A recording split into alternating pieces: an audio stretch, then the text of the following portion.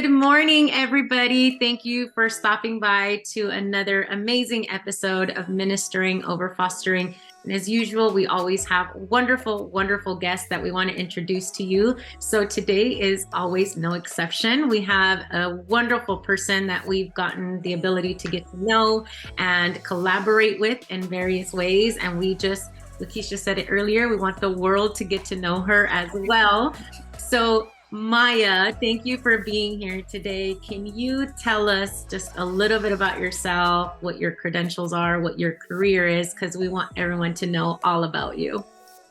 Yeah, thank you for that introduction. My name is Maya. I was born and raised in Southern California. I've been performing improv for 9 years this year, and I went to Second City, which is one of the most well-known improv schools. And after that, while I was doing that, I was working at an after-school program at a middle school, which I really loved, and just started teaching there organically. Through that, I realized how much I loved teaching improv and teaching just the stuff that I was learning for the first time as well. And through that, I started teaching for other organizations. And then when 2020 hit, it was a lot of talk about Black ownership and giving back to your own community. And that's when I founded the Three Lines Collective. We teach improv and creative writing, some nonprofits, and to some, like right now, I'm at an after school program. And we've also hosted events like the Juneteenth event and also back to school events. And yeah, that's me. That's amazing. I don't know if you can tell us a little bit about what improv is, because what comes to my mind is like someone who's very funny and does like stand up, but I don't think that's it. I'm probably very limited in my knowledge. Can you tell us a little bit about what that is? Yeah, absolutely. Improv is acting without a script. You're making it up. So there is dramatic improv and there's also comedic improv. The improv team I'm on right now, we do something called long form, where you get a suggestion from the audience and you can improvise off of that one suggestion for over 30 minutes. Or there's stuff called short form improv, which is games. Like if you've seen the show, Whose Line Is It Anyway? That's short form improv. It's taking a specific game and getting suggestions and then making stuff up. That is absolutely incredible. The creativity that must take. I was gonna say I love that, and I love that show, by the way. But but yeah, no, I love that because I'm just thinking of so many ways that can be therapeutic, and I know we'll probably get into that further down the line. But that's amazing that you even took the leap of faith to even create your own company. Congratulations on that, by the way. And to bring it back to the community. So thank you for doing that, because I do know that we need more outlets, especially for our youth. No, thank you so much.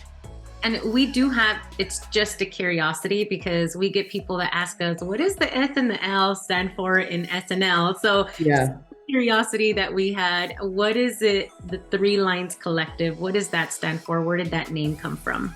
Yeah, three line, it's the rule of comedy that it's a rule of threes. So like when you say a joke in a scene, you have the introduction of the joke, then you have the reminder, then you have the button. So whenever you watch a sitcom or movies, usually when it's like a joke or a bit, it usually has 3 beats into it. And then also my birthday is July 3rd. So like it's always been like a lucky number 3. And also 3-line scenes is like one of my favorite improv games. It's you go up to someone and you're only allowed to have a scene in 3 lines. So in improv, one of the rules is that you don't want to ask questions, you want to make statements. Because if you keep asking questions, you're putting all the pressure on your scene partner to have to answer those. So if you're making statements like, oh my gosh, I just won $1 million. And then the person's like, oh, great, I can finally have a dream of owning a wig shop.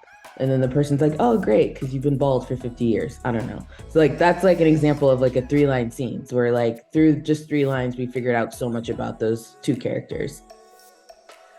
That is amazing. And I could just imagine you performing. I think we would probably get a laugh, because I can just imagine just having to come up with these things like in a period of time. I don't know if my brain works that quickly, but I'm sure yours does. It can.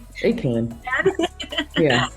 My brain does not, but I definitely want to see Miss Maya out there.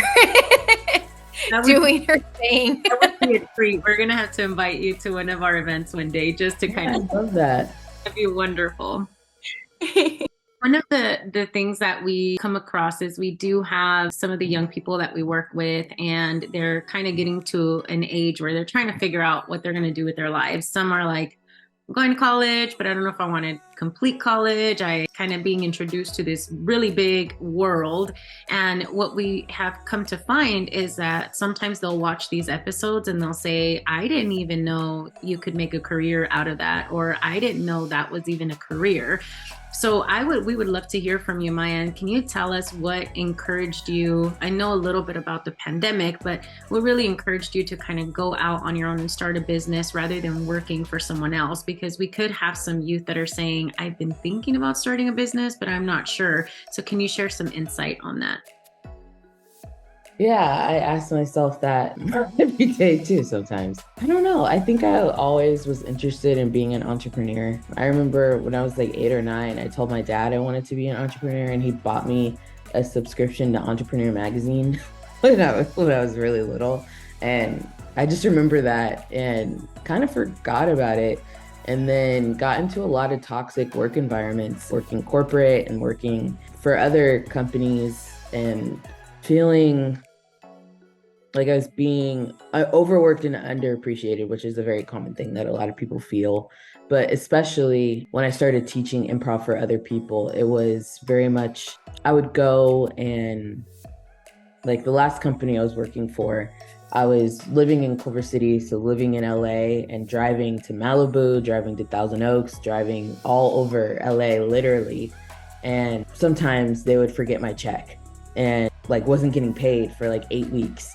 And then when I would ask for my money, they'd be like, oh, well, we get paid the last. So, and I just remember thinking like, well, this is your company, so that's your choice to do that. So I don't know why you keep making me feel guilty about that.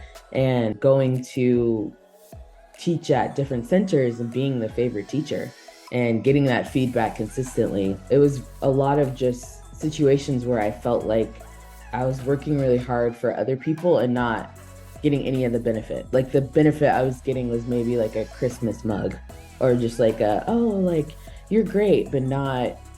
And like 5 years from now, like if I was still in those situations, I would still be in those situations. Like I just wanted to have more control in my own destiny. And it's definitely been more difficult, but the best part about it is not having to answer to anyone, and like having a really good idea and not having to run it by people to make sure that they're okay with it. Or even this situation, my mentor, her name is Dr. Emily Shum, and I just met her very organically through my mom's friend. And then I met Dr. Janelle Henry through her. And then she told me about you guys. And then now I was able to like collaborate and then bring you guys to like an event, and then now we're here. So like if I was working for other people, that wouldn't have ever been able to happen, because it could have been a threat of me trying to take contacts, or it could have been a threat of me feeling like I had too much control over something. But not having to answer to people, and then also being able to build authentic connections is what I like the most about having my own business. And that's what makes like the really, really difficult times, it makes it like worth it. It's very interesting to hear your story, because what Lakeisha and I have come to find as we meet a lot of different people as well that are going into this is that we typically decide to go on our own when we have had some type of hardship working for someone else. And really this feeling of being constrained with how we want to work, or how we want to run the business, or how we wish things could be different for the people that we serve.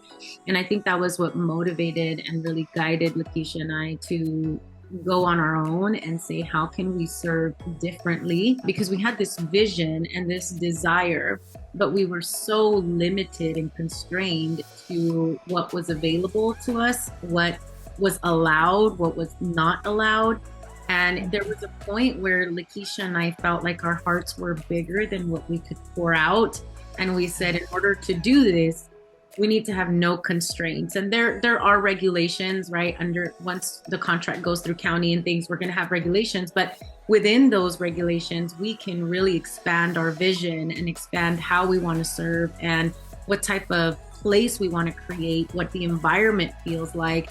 And there is some freedom. There's a lot of challenges, but there's also so much freedom to do things how we want to do them. So very interesting to hear that that was kind of your motivation, because that was our motivation as well. Like Myra said, it's so interesting because we hear this quite often, that people are I don't want to say overdoing it, because obviously, Maya, that's your heart, right? Like you probably felt like, I've been given this job, I'm not going to do things halfway. If I'm in this position, I'm going to do this in a way that's going above and beyond. But of course, like you're not acknowledged for going above and beyond. And that's kind of what happened to me in multiple positions where I was a director or a manager, and they see that you're going above and beyond. And then instead of like, you might get a little tap on the back, but then on top of that, you're getting, let's give her additional work that she can do because she can handle it. So now you are able to use that in a different space, which is your own. And yeah, you're getting that extra work, but it's for you. You can control it. Definitely. Yeah, I think that was it too. It was being expected to go above and beyond, being expected to, break my back and then not.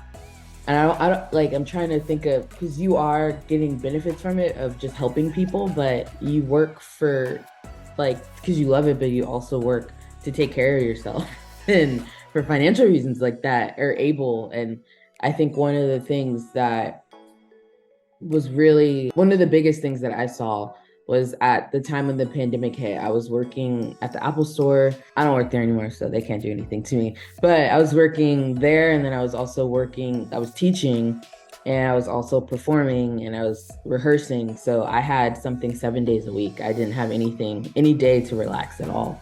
So the pandemic was the first time I was able to sit down and actually have time to myself and reflect on what I really wanted to do. And also it was the first time that as much as I could say about corporate, because I was working in retail, it couldn't be open. And because Apple is $1 trillion company, they kept paying us. So I was getting paid and being at home. And so I didn't have to worry about money, because during that time I was also lucky enough to go back home to my parents' house. And so I didn't have to worry about money like that. And then I was given the freedom to actually do what I want to do. And I think that is also something that has really, something like financial wellness and financial wholeness has been something that I've been really interested in since the pandemic, because a lot of times people talk about how money can't buy happiness. And I think that a certain of that is true, but it does give you freedom to do certain things that you want to do in a peace of mind and ways. And also it can give you kind of a sense of control into what you guys are doing, wanting to help a specific community that you want to help. And I feel like that's what it really taught me. And it kind of, in a way, made me feel, I don't want to say upset, but kind of regretful of how much time, not wasted, but how much time that if I would have been investing in myself, how many more years I could have been already doing what I'm doing now. Wow, that's interesting, because you also mentioned investing in yourself, right? So money-wise, that's important. But one thing that I know, and this is just from our personal experience, as well as my husband owning his own bakery, when you're an entrepreneur, sometimes we feel like we have to keep going and we don't know how to take a break. And that is so important, that just like if you were working for somebody else, we also have to learn how to take a break. We also can't work like you said 7 days a week, you needed a break. So being an entrepreneur, we also have to set those standards and not always feel like we have to get back to people right away, even if it's outside of our hours. But because we have that flexibility to do so, we feel obligated to do that. So I think that's important, that when you're talking about investing in yourself, yes, money wise, making sure that you're meeting those standards to properly make your business a success, but also for your mental well-being as well. Yeah, and I was thinking about what you said, like being the expectation of going above and beyond. And I think what hit home for me is that for me, I felt like it was the opposite, where some of the places that I was working, I wanted to go above and beyond. And it was almost like we couldn't do that, right? Because then you set the bar for everyone else. And it was like, if you do this, then that's going to be the expectation all the way around. And we don't want that.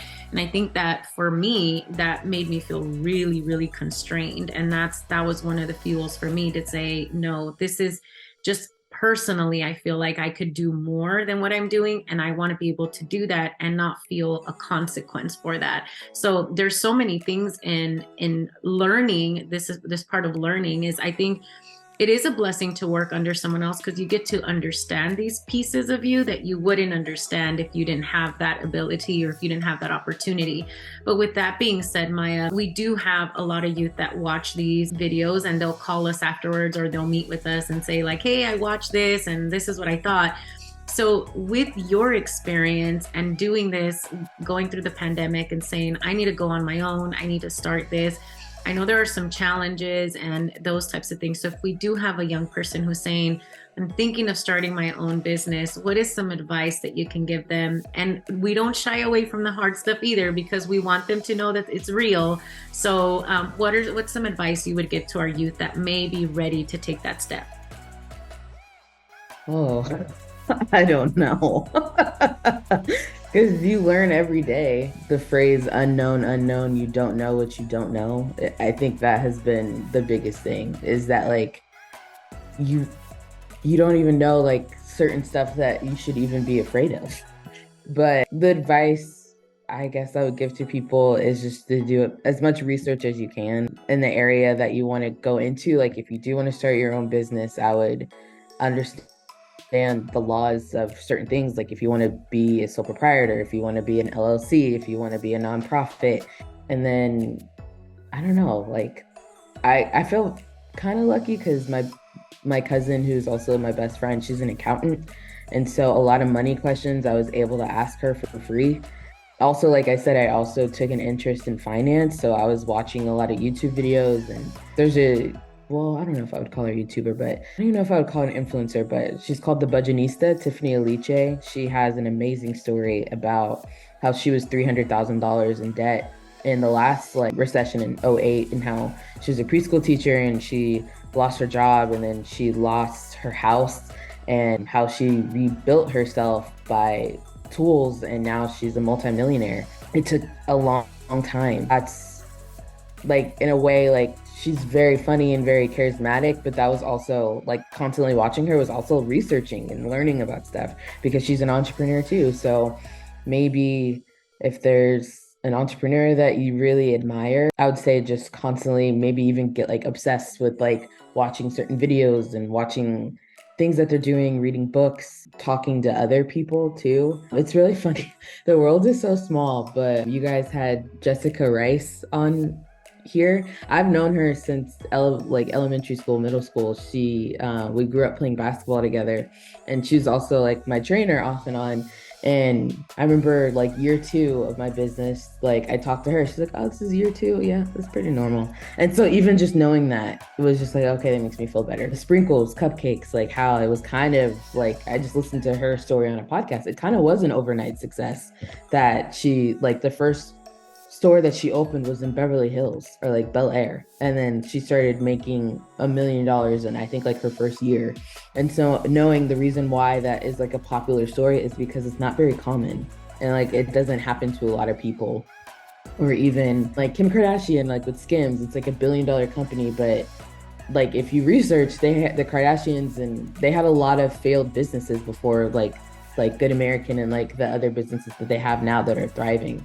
So I guess I would say do your research, find someone that you would like to emulate. And then also, and this is also something that a lesson that is important, but I kind of forgot, is that success isn't linear. Like it really does go like this, because like I said, apart from my business, I also perform comedy. You know, I see a lot of my friends in national commercials and like on like guest spots on TV shows, and that can get really hard. But then to remember that like success isn't just going this way. Like sometimes there is peaks and valleys, and you just have to, if you really love what you're doing, you ride it out. I think knowing how difficult the journey is, and then the last thing I would say is find community if you can, because being an entrepreneur, like I feel envious that like you two have each other in your business. Like it's just me. So even as an introvert, it gets very isolating and can get very lonely, where I can spend 14 hours a day just by myself, like just working on stuff. Definitely find a community that can try to understand what's going on, because I think that's also a common thing, is that not a lot of people are going to be entrepreneurs. So when you tell them your difficult journeys, they're not going to get it all the time. But if people can see what you're doing and respect that, I think that can be really important too. We appreciate that, because I think that it just comes down to some of the things that we've had multiple discussions about through this process. And I think even in our journey, there have been moments where Lakeisha and I tend to start like straying, and then we really do start feeling that isolation of the business piece. But I think above being business partners, I think we're great friends. Lakeisha has become my family. I love her family, and we've grown. I heard someone one time, they asked me, how is it that two women, first of all, but two women that are very like headstrong, how do you guys work together? And I laughed, because I'm like, that is one of the questions that people have, like, how do you guys function, right? How does this work? But I think we've learned through this process too, we've grown a lot, but we've learned that we have strengths in different areas, and we've learned to appreciate those strengths, because there are areas that I don't have, or that Lakeisha doesn't have, where we get to rely on one another. But in those like seasons of isolation, and I think you're right, that happens, I think, to any of us, right? This is hard, it's challenging.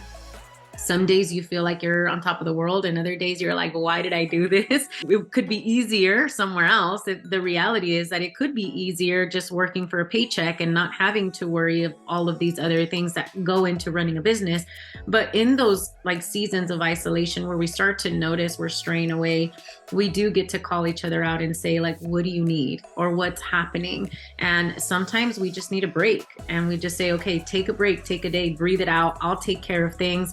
And that's been very helpful for the both of us, because aside from running this business, Lakeisha is also helping run a business in her home. I am also doing hours for licensure, and we have families, and there's so many other pieces to us than just being a business owner, that I think this is what those pieces are. So you're right. I think community is very, very important. I think we're just very blessed that our communities together. But if you don't have that, you do need to find other areas where you can find refuge, where someone can call you out and say, what do you need? Or what's happening? Like, I'm seeing your motors running out. There's no energy. Like, what's going on here? Because we do go through those ups and downs. It's a very challenging process. But I think when you're doing something that you love, it is so absolutely worth it. Every single challenge is so, so worth it. So thank you for sharing that part of your story with us.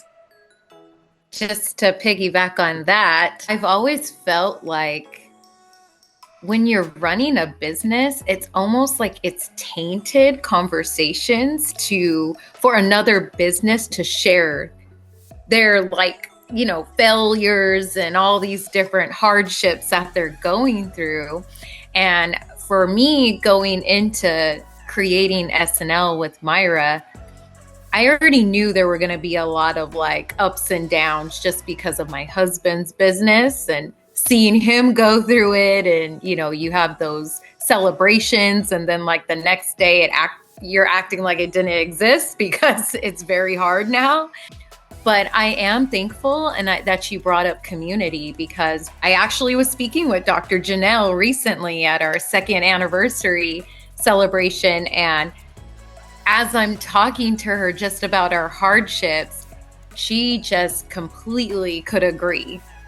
And that, even though she didn't go into detail about her business, that was like, oh my gosh, just a big hug, because from another woman to another woman that is trying to make a difference in their communities, that was just so refreshing for someone just to be honest. And I thank you for coming on here and being honest too. And we absolutely love Jessica as well, because she's been honest.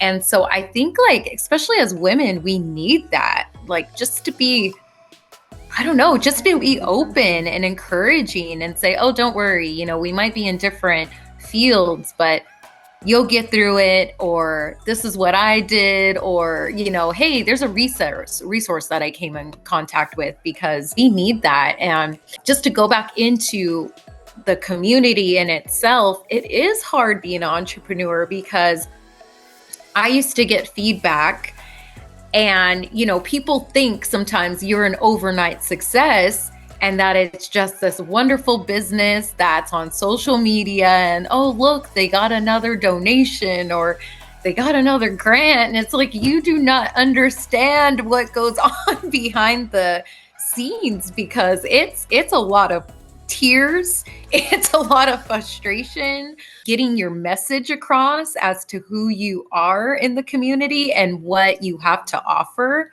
in the community.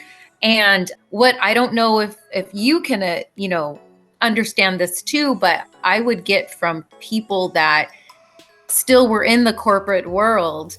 And if I tried to explain the hardships that I'm going through, I would almost receive the idea of, well, you were the one that did take the leap, right? Like, you know, you can go back to corporate America, so you kind of brought this on yourself.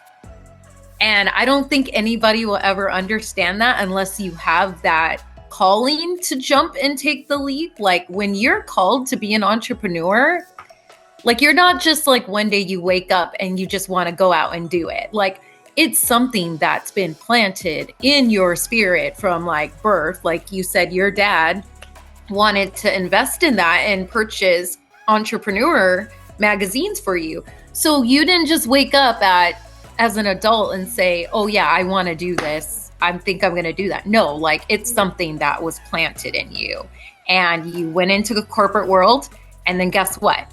It didn't work out. And no matter who you work for, it wasn't going to work out, because that's not your calling. And so, yeah, I think that's important for some of our youth to hear that too, because we feel like there are youth that are out there. They've been put in traumatic situations. They may feel less than, they may feel like they can't go and be their own boss. But if that's still coming into your mind, then that's what the Lord has for you to do. We want to pick your brain a little bit, Maya, and transition into getting to know Three Lines Collective a little bit more, because this is why you're here. And we want to see what you can share with us. What are some of the classes? What are some of the services that you guys provide in detail, so that people know what you do and what you have to offer? Yeah, so we are teaching improv classes and creative writing classes, and also doing events that give back to the community. And right now we go where we can go. You know, it's been a tough time with the economy for everyone. So at sometimes, like in the business, we're focusing more on events because we received a grant to have an event, or sometimes like we're focusing more on the books because, you know, if the events aren't happening and like there's no classes, it's like you have to put your energy somewhere. Like, we created 7 books in total. We have 2 coloring books that are also improv games called 50 Games to Stay Sane, Volume 1 and 2. And then we also have Black-owned zine for Black-owned businesses. Like, each Friday on our Instagram, we highlight a Black-owned business. And then we also have mental health, self-care book for teens called Glowing Up that I co-wrote with Dr. Shum, my mentor. I think that's also kind of like what we're talking about, is the freedom of having a business is that it can change. Like, you know, like there could be in a couple years where maybe we don't have classes anymore, but like we just have specific events that just give directly back to the community, which I would really love. Like right now, me and Dr. Shum, like we have a book idea. So like we're in the process of outlining and thinking of like who we want to interview and like what the, like how we want to approach this specific topic. And so I think for creative and also for someone who doesn't know what they want, I think that just to know that that's pretty normal. And that I think the biggest lesson I think I could give to any person who's thinking about starting a business is that nobody knows what they're doing. Like you figure it out along the way. And I think growing up as someone who didn't get great grades until college and then started understanding, okay, this is how I learn. This is how I need to retain information. I can't keep comparing myself to other people. This is what's best for me. And then working a job in corporate, and then certain times having managers coming to me asking for advice, but they're making six figures, and be like, okay, this doesn't feel good. But knowing that everyone is figuring out what they need to be doing along the way. So if you think you want to do something and then you try it and it doesn't work for you, that's okay. Like you can pivot, or you can take some of the parts that you like about it and get rid of the parts that you don't and change it into something else. So I think that's the biggest lesson that I'm learning right now, like currently, and that I would also tell other people that it's not a failure if things don't go the way that you plan them to. It's just like the universe and God is just putting you in a different direction, and that's totally fine. Can I just piggyback really quickly because it's so important? You said for a person that did not have good grades in high school, but good grades in college. I was one of those people too. I did not have good grades in high school. My priorities were not there. In college, straight A's. And I hear this a lot of some of our youth that we serve. They feel like I didn't have good grades in high school. I can't go to college. I'm not going to understand that stuff. And if you think about it, I don't know how your situation was, but mine was I'm a visual learner. All my situations in high school, there were no visual prompts, nothing. It was very boring for me. So I lost focus. And some of them, they're still trying to figure their lives out on how they learn. So I think that's very important that just because you may have received lower or less than expected grades in high school, there's still hope. You can still do what you need to do. So thank you for sharing that. Yeah, and it doesn't have to determine the rest of your life either. Like there's a lot of people who I know who got like straight A's and maybe aren't doing something in academia. It doesn't have to. I let it define me and my self-esteem for a very long time, and I wish I didn't. I wish someone would have just been like, oh, this is just how you learn. And it may not always be in the way that is best for like a school setting, but in other settings, can be very beneficial. And that's what I've seen in the past couple of years. I think just naturally we evolve too, right? Like there's a maturity, there's a professional maturity, there's so much in the being an entrepreneur that you start to learn about yourself that I think when you evolve, your business naturally also evolves. You learn things that you didn't know you could do. You understand things that are like, oh, I can actually include this, or I can do that. Lakeisha and I, our idea was to open and just be a foster and adoption agency right off the bat. What we didn't know is that was going to take a really long process. And we were like, we're not going to sit here with our arms crossed for 2 or 3 years until that goes through. Like, what can we do now? And those have been the projects and programs that we've been doing for the past, since February of last year that we launched them, because we said we can serve our community right now with the resources and who we are. We don't have to wait. And so you're right, it evolves, it changes, and then things about your business tend to change as you evolve too. But we want to pick your brain a little bit, because what we've also come to learn is that sometimes expression or expressing ourselves in different forms can be very therapeutic and very healing. And we all express ourselves in many different ways. And I think that there's something that could be very healing from expressing yourself through improv and creative writing and all of the things that you do. That's the first thing that came to mind the day that we met you. Lakeisha and I are like, oh my gosh, what can this do? Right? For me, my way of expressing myself is I have to read and then I analyze what I read. How does this impact myself? I'm a very big reader, but I have to read something that stands out for me, and then I need to think about it and I need to like process that with someone. And so my husband's like, what are you reading now? Because I'll come and I'm like, hey, guess what? And so we have a way of expressing yourself. So I'm going to combine the two of the questions together, and I want to throw it out there and say, these classes that you do, the creative writing, the improv, how have you seen that it helps someone to either bring healing or to start expressing themselves?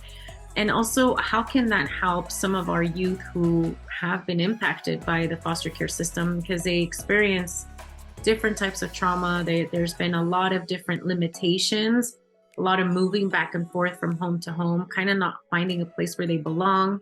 So if someone is interested in this, how can the services you provide, how have you seen that it helps somebody out? I think the biggest way I've seen is in improv, there's no mistakes. So if you're making it up as you go. And that's one of the things that is the most difficult thing that a lot of people have, and also the most freeing thing too, like once they actually get it. And you can see their like mind like stop turning and just like, oh, I can make stuff up. I think through like one of the last improv teams I was on, our improv director, Holly, she would always say, okay, like you go around all day in this body and how you are, and now you can just let that go. You could be whoever you want to be. You could be however age you want to be. It's going back to being a child and having an imagination and just being free. Like there's no mistakes, and performing with people who are also doing the same and constantly supporting each other, because there is people who do improv alone, but you have to be on a team. So to be working with other people and being supported by other people is very healing. And also, I don't like growing up, like going back to like what I was talking about not feeling confident in my grades. I was an athlete, so I had all my confidence in basketball. So being a young woman who was finding confidence in something other than the way I looked and other than things, but in skills that I could do, it gave me confidence to go into different situations. And it's the same with improv. When you have been performing in front of people and you've been embracing different sides of yourself. And I think that's the most common thing I tell people is they're always like, I'm not funny. I can't do that. You are. Everyone is funny. Like there's been so many different classes that I've done where the quiet kid, his specific sense of humor and what he, with his specific life skills, is bringing to the games or the scene is funny because he's being authentic to who he is. And so many times our favorite TV shows and our favorite sitcoms, like if you like The Office or if you like Insecure, if you like certain things, it's always about the character and always about specific things about a character. That's why when like you have certain scenes and then we see the character walk into the scene, you're already laughing because you already know how that character is going to react to stuff. And so just having a sense of who you are and what you can bring to stuff, it gives you a sense of confidence. Like I was definitely that person that sat in my car arriving to birthday parties for 20 minutes trying to hype myself up before I started doing improv because I didn't feel confident enough to talk to people or confident enough. And now being in a situation where I've been able to just make stuff up and just go along and just also maybe the stakes feel really high, but they're not. Like that's something that like our director would tell us all the time. If you're in an improv scene and it bombs, nobody's dying. Like everyone is fine. You're still going to be there. Everything's going to be fine. So because that's what you do in improv 90% of the time is you, like when you're performing, you are failing because you're making things up, and then it's learning to be okay with that and going out and doing it again. And each of those things you can take into life, like not succeeding at something, getting back up and trying it again. Speaking in front of people, public speaking, you're going to have to be doing that every day. No matter what job you're doing, you're going to have to be public speaking. Confidence, you're going to need that in every single area of your life. Team building, working together, working with people of different backgrounds. Even before I started doing improv, when I was, like I said, an athlete, and you would work and do group projects with people, I would always be like, wow, you did not play team sports growing up because you do not know how to work with other people. Those are all things that are good for you. And I think just the thing that was my favorite to see was when I first started teaching. It was in the improv club. It was seeing the cheerleader and like the theater kid and like the, I don't know, the person that's really into anime or like the person that's really into heavy metal music being in a scene together and all getting along, and knowing that that's happened because of improv. Like there's no separation, right? You can find belonging in this because ultimately everybody can be whatever they want to be in this space. And that does, it sounds so freeing and so relaxing, but also what came to mind as you were talking about is this idea of resiliency that you can build, right? Because if I learn to accept that I make mistakes, I talk a lot about this with clients, that there's a difference between guilt and shame. Guilt is saying I made a mistake, or I shouldn't have done that, I should have done it better, versus shame is saying because I made a mistake, that means I'm a mistake. And I think some of our kids experience that, where they feel like I'm not worth it or I don't have value. And what a beautiful space to build this resiliency and say, hey, I screwed up, but it doesn't mean I'm a screw up. It means I just have to figure it out and change it and do another script, or, bring out this piece of me that I didn't even know I had. So that just sounds so incredible. I just wish we could open this up to as many kids as we can, just to get them to try it and see if it would work for them. I think that would be amazing. And for some of our homes, like our resource parents that are out there, to understand that a lot of times as social workers, we feel like we almost have to shake some of these resource parents to get them to allow them to put their kids into extracurricular activities. And so thank you for going into that, because this is a healing process. This is allowing them to put their guards down and to learn and to be in the spaces with maybe someone that they might have been bullied from in high school. Maybe not that particular person, but maybe like the popular kid, right?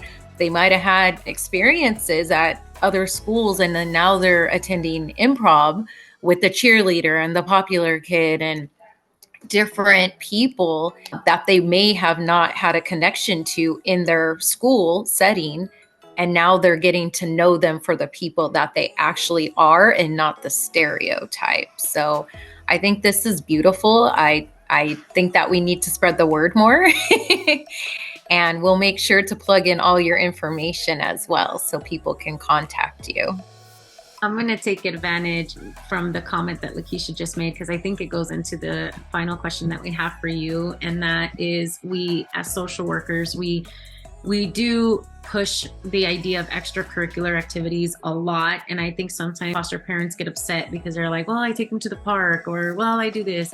But you talked so much about a variety of extracurricular activities, right? You talked about being in basketball. You talked about being in improv and doing creative writing and all of these other things that are not your typical for doing things at home. Most of us have a typical life at home. I didn't have time to do extracurricular activities, and I wanted to play softball for a long time, but I helped my dad raise my siblings, and it was either I come home to help them or I do things for myself. And I think I grew up always desiring to feel what it could be like to be out on the field and wear a uniform, right? And then I grew up and I'm like, I didn't get that opportunity. But can you tell us about that for resource parents? Why is this so important, and why can that make such an impact in the life of these kids? Absolutely. I was raised by two athletes. Like, my dad was a professional athlete. My mom played basketball in college.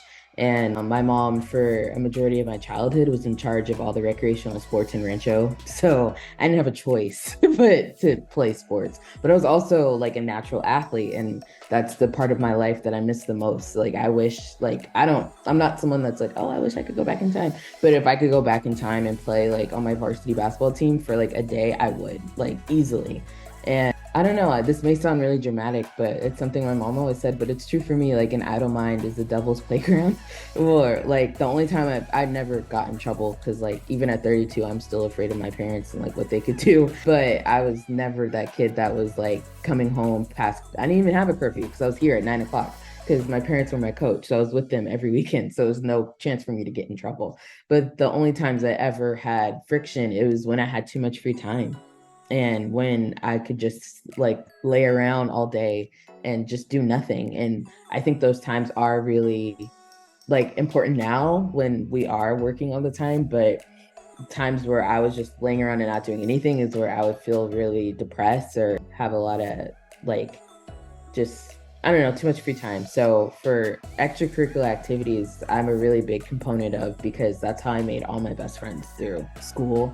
That's was a thing because I said I wasn't the best student until later. That was the thing I looked forward to was going to practice and along with basketball, like I also played soccer and I ran track and did like long jump and a lot of my memories growing up and core memories were life lessons were playing sports was losing championship games or winning championship games or even knowing that it takes time and it takes practice to actually get better at something because like I said as like someone who struggled especially with math it felt like no matter how much I did it I was never getting better at it but when I wanted to get better at dribbling. I started going to like a coach for that. And then all of a sudden during games, like I was able to get by so many people. And I was like, oh, that's because I've been working at this. And that applies to everything and sports and other, like, even, I don't know, like if you want to be in beauty pageants or if you want to do any kind of thing, it teaches you how to work with other people. And one of the things that I want to touch on what you guys said, where you guys said that people were surprised that two women could work together. I'm a girl's girl and grew up being like, I love like clothes and fashion now, but I grew up being a tomboy, but I grew up being like a huge girl's girl and always want, like all my best friends are all women. Like all the people in my life that have helped me get to places that I want to get to have all been women. And I've never seen women as an enemy. I've never been a person that had a lot of internalized misogyny because I had to work with women on my team and I also was able to have healthy competition with women. And I think that that's really important for young girls to have that whenever you're talking about girls or talking about other women, it's not in a negative light as like, oh, they are dating that guy or, oh, they think that they're so cool, but you're seeing women as people. And yeah, I think just doing activities other than school is also, lastly, I'll say is like how you know that you do have other senses of talent. Because if I didn't have basketball, I would have thought I wasn't good at anything. Like it would have been a very difficult childhood of just feeling like I'm constantly failing at stuff. And I'm so happy that it was put in my life because sometimes you do have to be exposed to stuff. And that's one of the things I see in my classes, like when I was teaching preschoolers to people 20 years older than me, is when I'd be like, oh, I'm here to teach improv. People were not very happy about it. And then after the class, they're like, oh, that was actually really fun.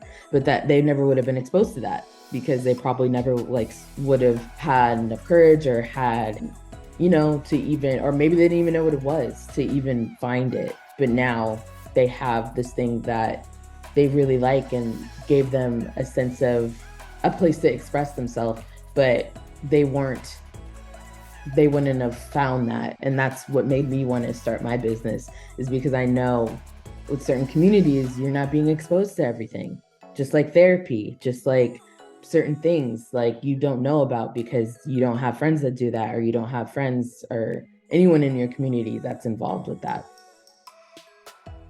I think that's such a big piece for the community that we serve in this society. We're so big on asking resource parents to go above and beyond in this way and serve their youth in this way. We've had youth that sit with us and say we moved so often that we almost didn't even want to unpack our stuff because we didn't know how long we were going to be there. And so to build this sense of community that you're talking about, this safety net, this exposure of things, like I wouldn't have even known that I loved to do this if I didn't know I had access or that I was actually really good at this, right? Whatever that may be, whether it's a sport or karate or improv or art, like Lakeisha's daughter, thanks to you and the event that we were at, she started drawing. I have the picture that she drew of my husband here that I paid $1 for, and I think I still owe Lakeisha $1 for that. But she was so inspired that day by what she was seeing that she was like, I'm actually pretty good at this. And she did really, really well. And so those are the things, like you're saying, if we don't have exposure to this, and our youth have such a limited world already, if they don't have someone who says, I'm willing to take my time, because it does take a lot. It takes a lot of time away from the adults, right? I have to drop you off. I have to pick you up. I have to spend resources and pay for the art class or pay for, and I think sometimes we don't want to do that. We don't want to sacrifice me for you. But this idea of exposure that you're talking about is so, so big. And I'm hoping that people are understanding why we're so big on this, because it opens up their world to other things. So thank you for being honest about that and for giving your perspective, because I think we need people to know why we ask of this. It's not just to be petty, but there's a reason behind that. I think for a lot of times it's the fear of the unknown. So sometimes if we have it in our brain, and if we didn't grow up in a way where we were taken to the dance classes, the art classes, let alone, like you said, a lot of people don't know what improv is. And I don't know too much about how it was offered, but me growing up, I'm 42, and I don't ever remember anything about improv growing up. In fact, I think I would have really appreciated it. I would have been fearful of it because I didn't know about it, but I grew up, I was very shy. And I felt like I personally did not find my voice until very late high school, early college years. And I think that could have helped me, kind of bust out from my shyness, and along with some of these other youth that we serve that are keeping a lot of things in. So if we are now placing them in a home where the resource parents never took any extracurricular classes, they're not going to be adamant about putting the kids that are in their home in these classes either. So it's just about educating. So thank you for just bringing awareness as to what improv is, how it can be helpful, as well as all the other wonderful extracurricular activities that are out there. Yeah, so thank you so much, Maya. And before we get ready to close, because we do want to hear where people can find you, so that if they're interested in this, maybe they have someone who's like, oh, I never even thought about that. That sounds wonderful. We do want to hear from you about that. But before anything else, from SNL, we want to say thank you to you and Play Los Angeles for the wonderful event that you guys invited us to. And we want you to know that the donations that came to us, as you already know, they've already started to go out, and we were able to give a wonderful college student who was in foster care a brand new printer. We also went and bought paper for them so that they had access, and just wonderful stuff. And because that money was for school supplies, it's going to school supplies. So we're very grateful to you guys. Thank you so much for thinking of our agency and our youth. But before we jump into where people can find you, is there any final thoughts that you have that you want to share with our audience? And if there's not, then please tell us where people can find you before we can close out today. Yeah, you can find me at the3linescollective.com, and also our Instagram, the 3 Lines Collective. And I would love to keep collaborating with organizations like SNL. So if you have a nonprofit that is here to help children or people of all ages, and you think we would be a good fit, just shoot me an email and I'd love to chat. Yes, we will definitely add all of that to this episode too, so people can actually just click on the website, or they can go on Instagram so they can find you and hopefully connect with you. And if we have any youth that are interested, please reach out to Maya, let her know you're one of ours, and say, hey, I saw your video on SNL and I'm interested in this. I never thought this would be something, and Maya can take care of you from there. And if there's something, Maya, reach out to us and we can see how we can work if it's for one of our youths that's reaching out to you. But Maya, thank you so much for sharing your time, sharing your experience, everything about what you do. We absolutely love everything that you do and what you're out there doing in this world, what you represent. Lakeisha and I are very picky about the people that we collaborate with, and we're just grateful that you are one of them that's on our side. And we always say, be the village, and we truly believe that it takes a village to work with these kids, and we're thankful that you're part of our village. We could not do it without you. So thank you so much. Lakeisha, are there any final words that you have before we close out? Yeah, just thank you so much for being a part of our community and consistently a part of our community. And everybody, please check out Maya's business. It's amazing. Her heart is in it. So definitely check out those links. Thank you, everybody. Thank you for Thank watching. you. Thank you for having me. I'm happy I made the cut. Yes, of course you did. Of course you did. But thank you so much, everyone, for watching another amazing episode of Ministering Over Fostering. We hope you learned a lot and that you're motivated and encouraged and excited. And we will see you in the next one. Bye. Bye. Thank you.